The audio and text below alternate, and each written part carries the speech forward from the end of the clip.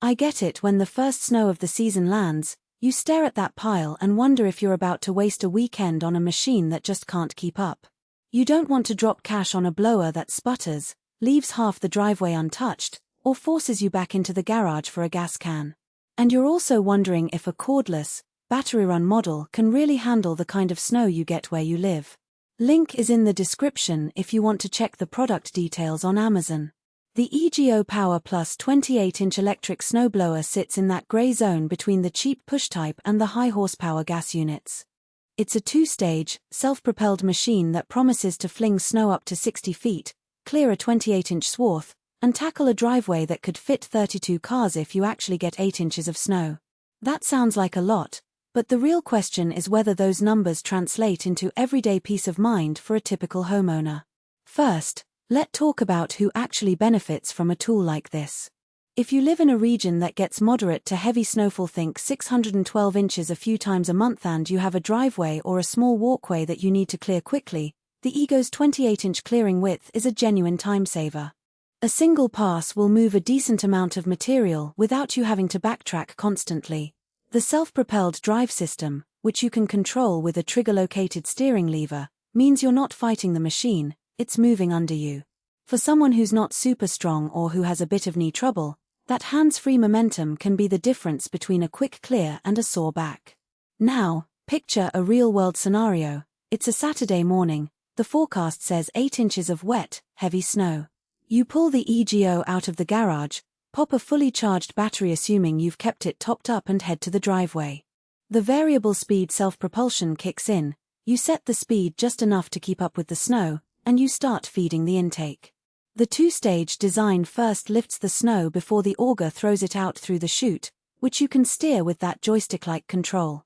In my tests, the machine managed to clear a 500 square foot area in about 12 minutes, which feels fast enough to get you back to the coffee table before the snow starts melting and refreezing. That's the upside, a clean, quick operation without the fumes or the oil changes you'd have with a gasoline model. The lack of a cord means you can roam the whole driveway or even the sidewalk without worrying about a tripping hazard. The battery's peak power mode combines the output of 2 cells, which is why the snow can be launched that far. If you already own other EGO tools, you can share the batteries across them, which adds a layer of value you don't get with a dedicated gas engine. But there are trade-offs you need to factor in before you click buy. The biggest hidden cost is the battery and charger, which are sold separately. A single battery pack that can run the blower for a full job can set you back a few $100s. If you're only clearing a modest driveway once or twice a season, you might end up paying more per use than a modest gas blower would have cost you. The charging time also matters. A full charge can take up to an hour and a half, so you need to plan ahead or have a second battery on standby. In a sudden snowstorm, you could find yourself waiting for the charger while the snow keeps piling up. Another practical weakness is the intake height. At 21 inches, it does a solid job on most fresh snow, but when you get that crusty, compacted layer that often forms after a warm spell, the auger can struggle to grab it. I noticed the blower occasionally choked when the snow got wet and heavy, requiring a brief pause to clear the jam. It's not a catastrophic failure, but it does interrupt the flow and can be frustrating if you're trying to finish before nightfall. If you're someone who lives in a region that gets more than a foot of snow regularly, or if you have a long, narrow driveway that stretches past 30 feet, you might still find the reach insufficient.